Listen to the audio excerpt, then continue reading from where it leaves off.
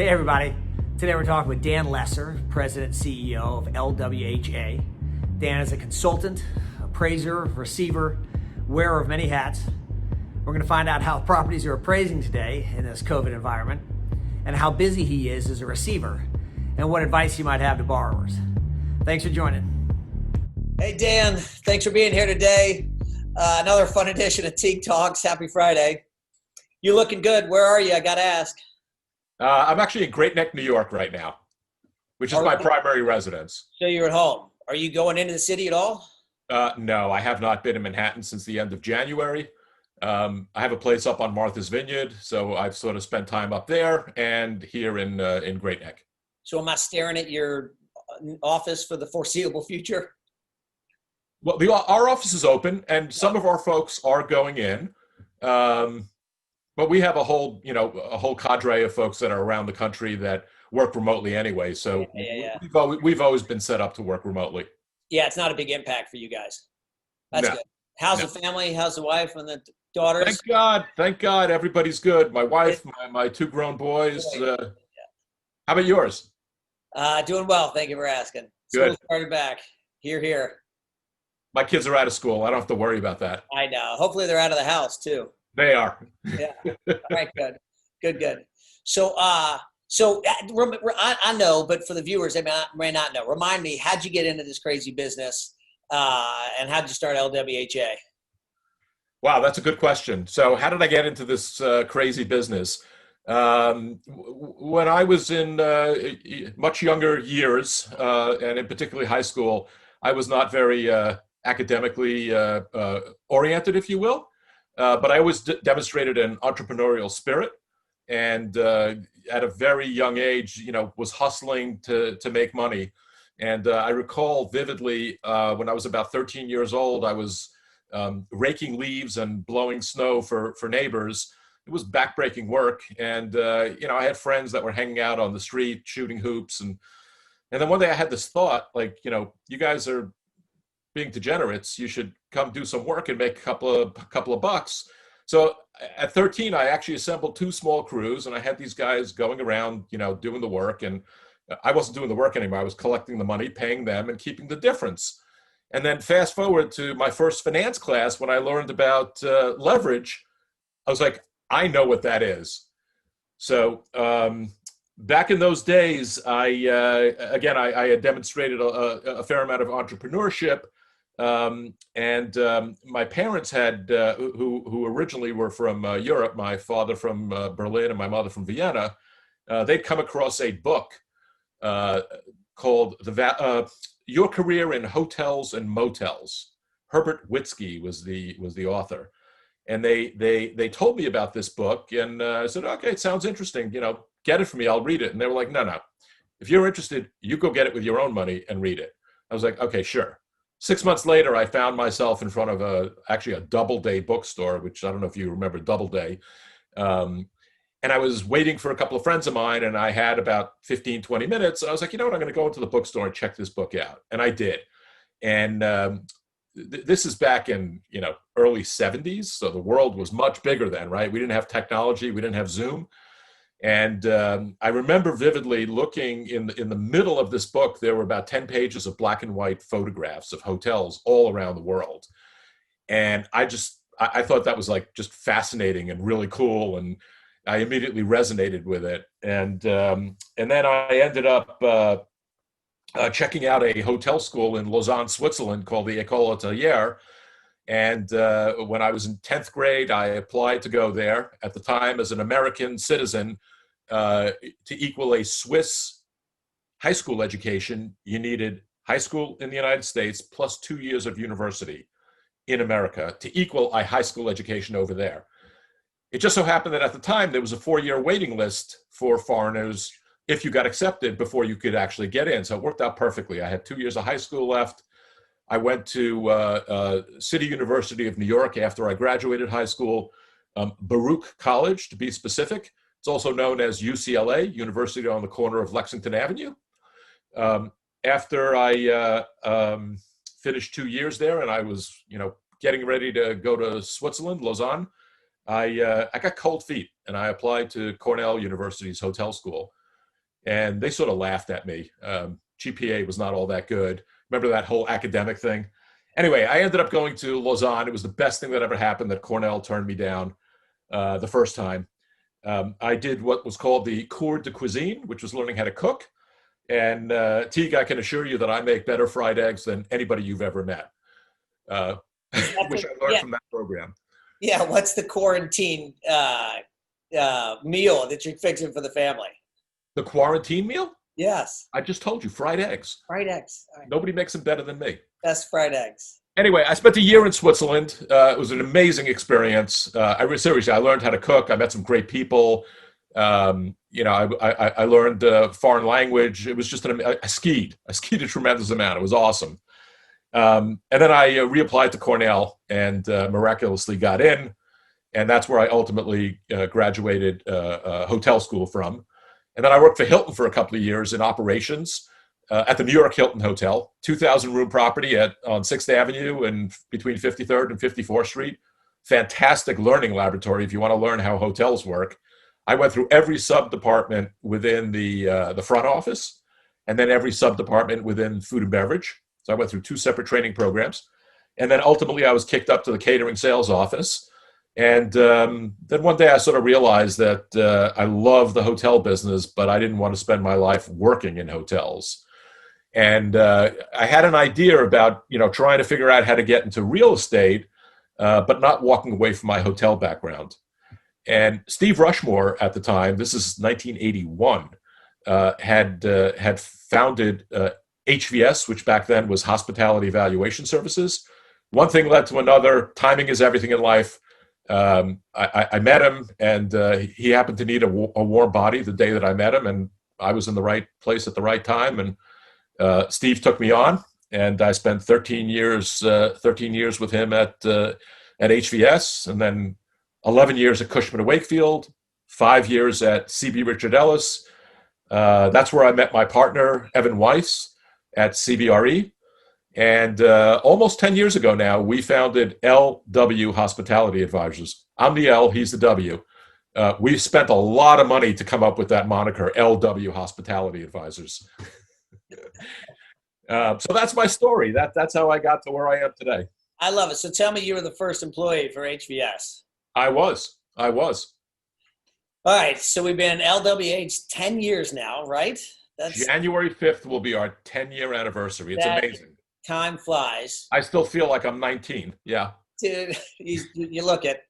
I dye my hair for credibility purposes. It's really not great. Perfect. Yeah, mine too. You dye your hair, right? All right. So let's give the basics. So consulting, appraisals, asset management work. Heck, now what's the word I'm looking for? Receivership work. Receivership. That's the word I was looking for. Yep. So, tell me, what are you guys working on today versus how's the world changed from what you were working on pre-COVID to today? In terms of pre-COVID, we were extremely busy on all fronts. When March 15th came around, we had a handful of assignments that were terminated. We have a staff of about 35 situated all around the country.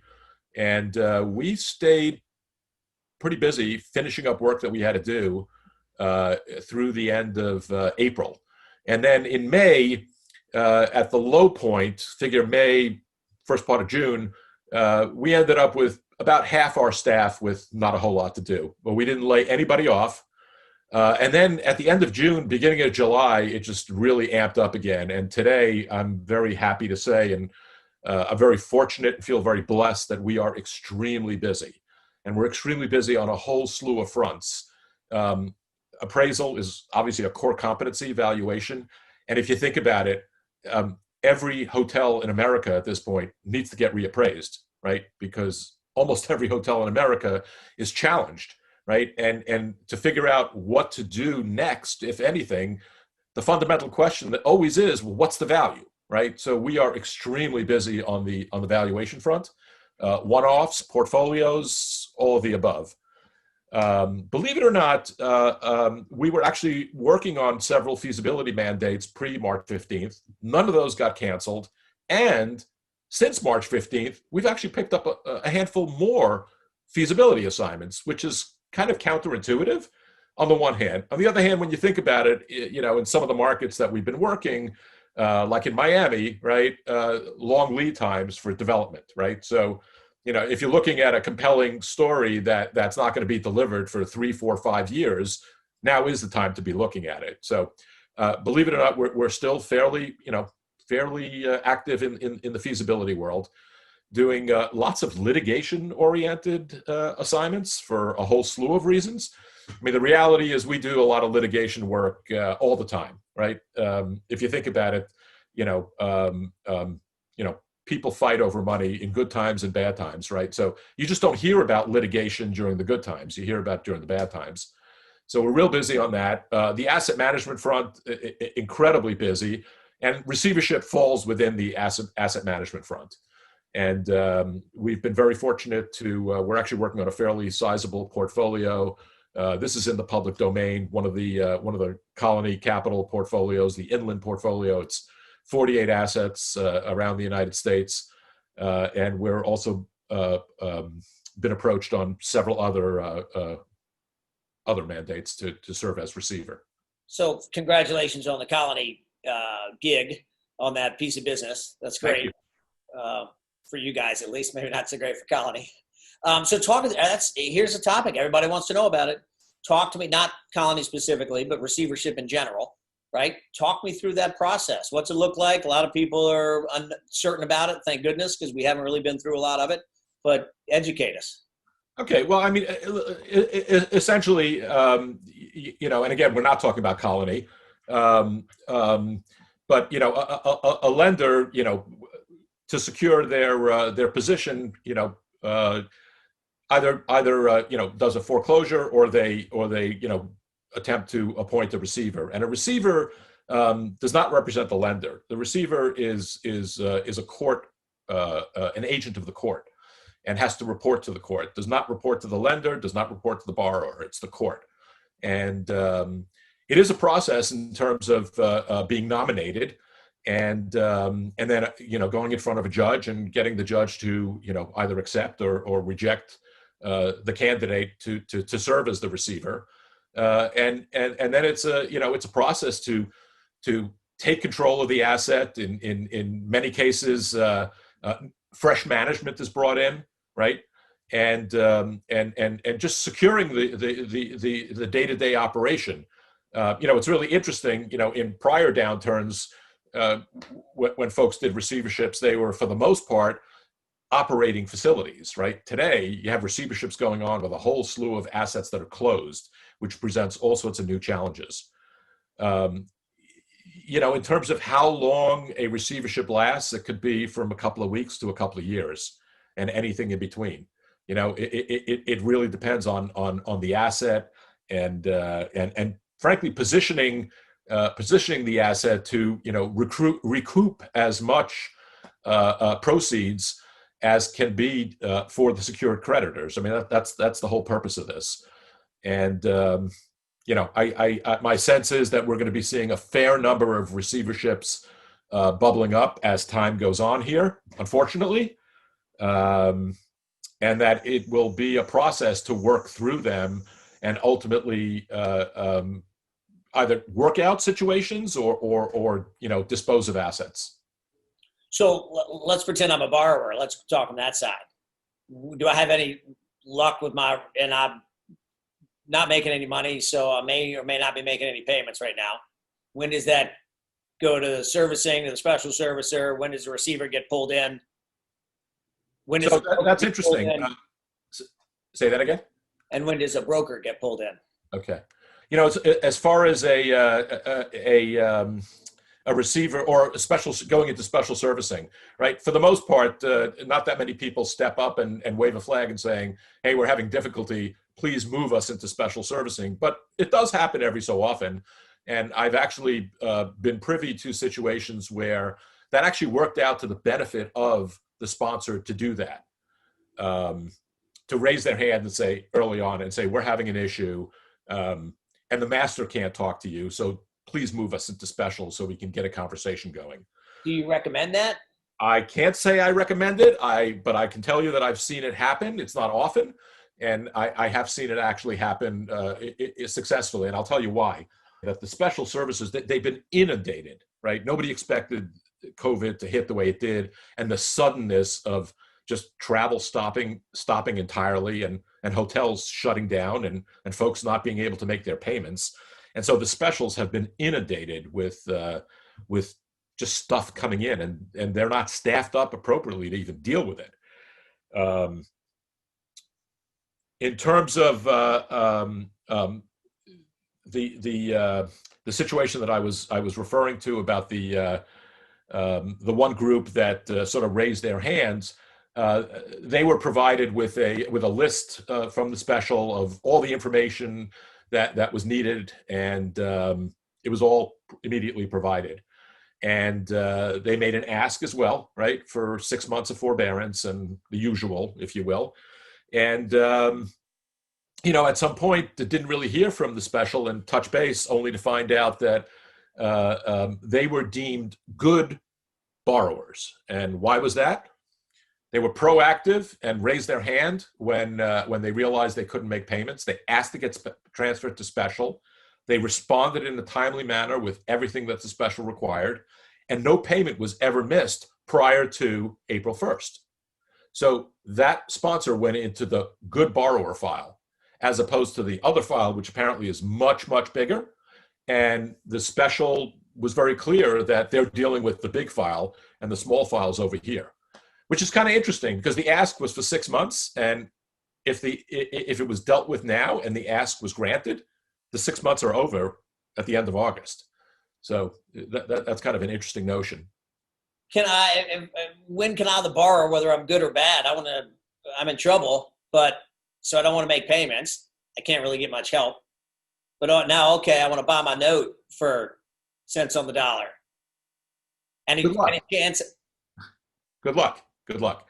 I mean, listen, we all know there's CMBS financing, and then there's balance sheet financing, right? The balance sheet financing, again, we all know that, it tends to be relationship oriented. There's somebody to talk to work things out, and come up with a win-win situation, right? As opposed to CMBS, where the REMIC rules are very clearly defined, and not only is the master not empowered to do a whole lot, the special's really not empowered to do a whole lot either. And everybody takes on liability if they don't follow the rules, right? So in terms of coming back to your question about buying your note at cents on the dollar, you probably have to take a number and get in line with everybody else. Yeah, and if I show up and say, hey, I'd like to buy my note, and it goes to the special servicer, I call the receiver and say, hey, Dan, let me make a bid. What's their reaction going to be? Sure, here you go. Other than get in line, someone's got to go to market. And at the end of the day, there's a fiduciary responsibility to the bondholders to, as I said earlier, secure the asset and realize the maximum proceeds from that asset. And so, for the most part, each one of these situations needs to be fully marketed and exposed, and a competitive bid process undertaken. And yes, you may win, right? And the asset better than anybody else, but you're competing with anybody else that may be interested in the opportunity. And that goes for a third-party investor who, I'd like to buy that hotel right next door to me. Hey, Dan, I'll make you a good bid. Do me a favor. Why don't you sell me that? So I will tell you that I've received an inordinate amount of calls, just like you're describing. And, it's a process, right? It's not that a receiver gets appointed and then, the next day there's a liquidation opportunity. That just doesn't happen. So essentially what I do is I tell them, call Teague Hunter. He'll help you out. Nice work. Thank you, Dan. Plug for that one. I agree. My point here is it's a process, right? It's not a simple thing. All the negatives we know about CMBS are real. It's a process. And to your point, it may be a month, it may be 3 years. So how long do you think this one's going to go, this recession, this sort of downturn? How long do you think it'll take for the asset? I wish I had a concrete answer for that. And I could be like others and give you a clear-cut answer, I'd be making it up as I was going along. The reality is I don't know. None of us know, right? If you think about what we're dealing with today, you know, people talk about 9/11, right? They talk about the Great Recession. You know, for the most part, those were one and done deals, right? This is not a one and done deal, right? If, you know, back in March 15th, April, right, everybody was talking about Labor Day, we're going to be back to normal, you know, off to the races, like nothing ever happened. And here we are today, right? So the answer to your question is, you tell me when this is all over, and then I'll tell you how long it's going to last. Right. I'm asking the questions here, Dan. Okay. So tell me, so to that point, how do you underwrite things, whether it's appraisals or valuations? How are you underwriting today, dare I say, versus 2008 when you felt there was an end? How are you underwriting today with no end? Well, that's a very fair question. Listen, the fundamental premise of underwriting hotels, which are income-producing assets, hasn't changed, right? It's all about cash flow, and more cash flow. So, you know, doing valuations and as a third-party appraiser, I don't make the market. I reflect the actions of the market, right? And we've had a period of time here where the market has been fairly frozen and not a whole lot of activity to reflect. So that's where really our expertise comes into play, being specialized exclusively in the lodging sector, in that, you know, we talk daily with active market participants, whether it be intermediaries like you, buyers, sellers, existing owners, lenders, anybody and everybody who's involved in the hotel space to keep track of, you know, what's going on today. And as we know, the hotel business is very fluid and dynamic in normal times, right? Just think about, you know, today versus 3 months ago, or even 3 weeks ago, how things have evolved and changed and constantly change.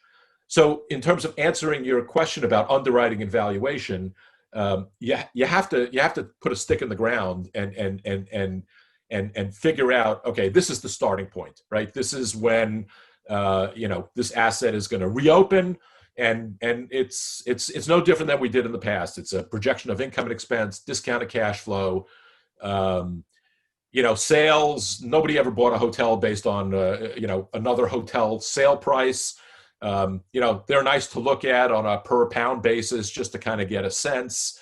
But there aren't a whole lot of transactions to look to.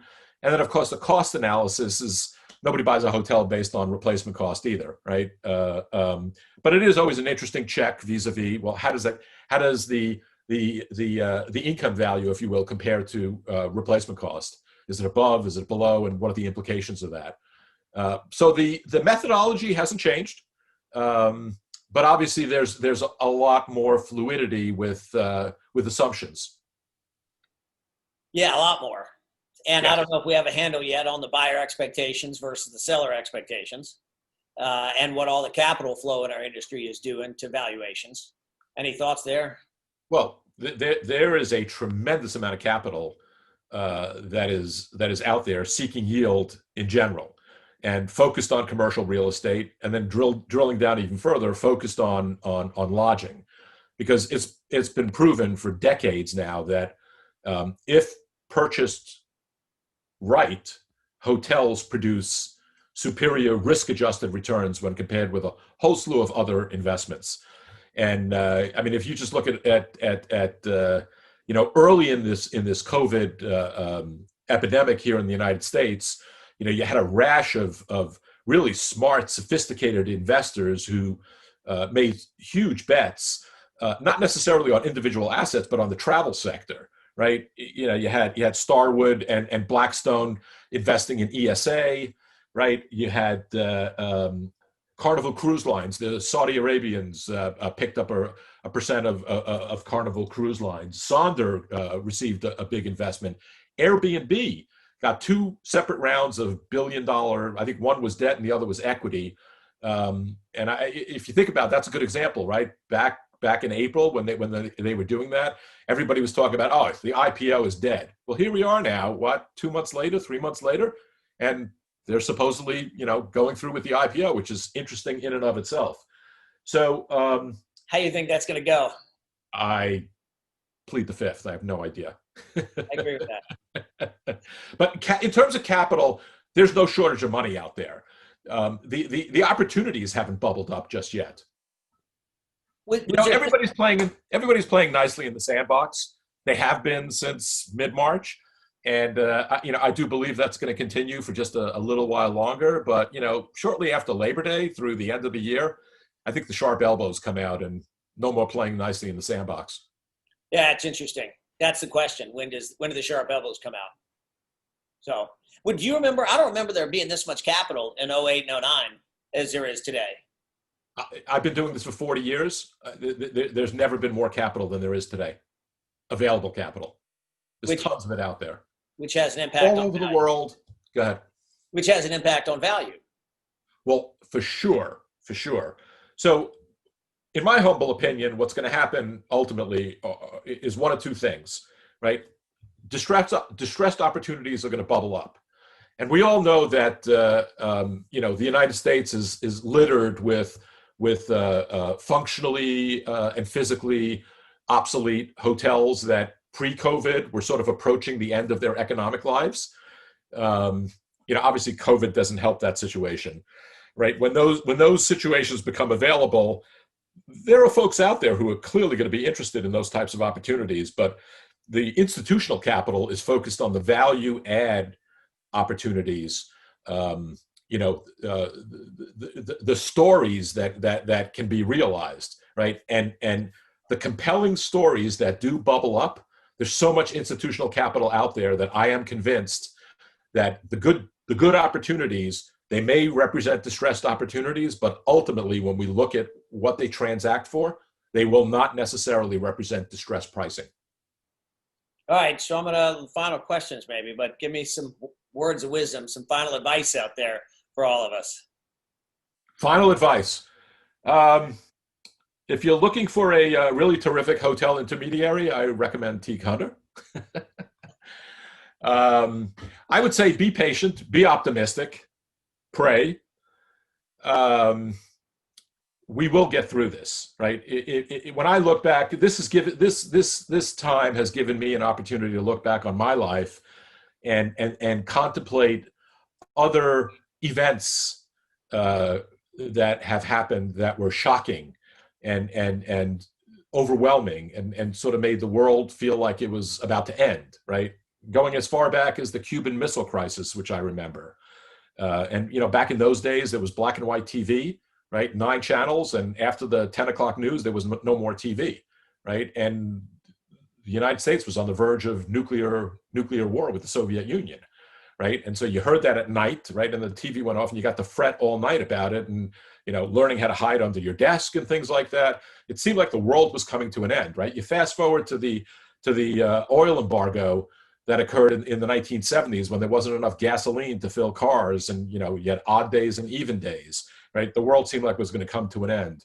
The 1987 stock market crash, 500 points, 22% decline. That was earth-shattering at the time, right? Today, that's nothing, right? But these were events that 9/11, the great financial crisis. I mean, all these events were, oh my God, the world's ending, right? And a lot of negativity took hold. And, you remember after 9/11, everybody said Lower Manhattan was done, was finished. Look what happened there, right? So stay optimistic. We will get past this. It's human nature to survive, thrive, to spend time together. I mean, this is great, right? But, I'd like to give you a hug at the end, and we can't do that, right? So, exactly. So, listen, are we going to get back to the way it was entirely before? Probably not. It's going to be different, but I'd like to think it's going to be better, right? And the last thing I would say is that if you look at the hotel business over a long period of time, whenever there's a downturn, the upturn ends up with a higher level than the prior downturn. So think about where we came off of, right? In February, were all-time high metrics, and everybody was talking about black swan, black swan. Nobody knew what it was going to be, and now we know what it is, right? And it's been a fall off the cliff, right? If you think about it, there's no downside in the sector at this point. There's only upside.